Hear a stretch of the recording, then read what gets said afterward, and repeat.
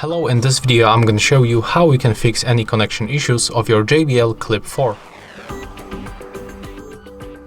So take a look. Currently I'm connected with my Android smartphone and in my case everything is fine, but if you have any connection issue, like for example you cannot connect this speaker to your phone, to your laptop, or for example it's automatically turned off for some reason, you have to power on your speaker and then click and hold the Bluetooth button and the volume up button together for around 10 seconds until this indicator turns off. We are going to perform the hard reset right now, so keep holding both buttons and there we go. As you can see, our speaker just shut down. So right now when we power on our speaker back,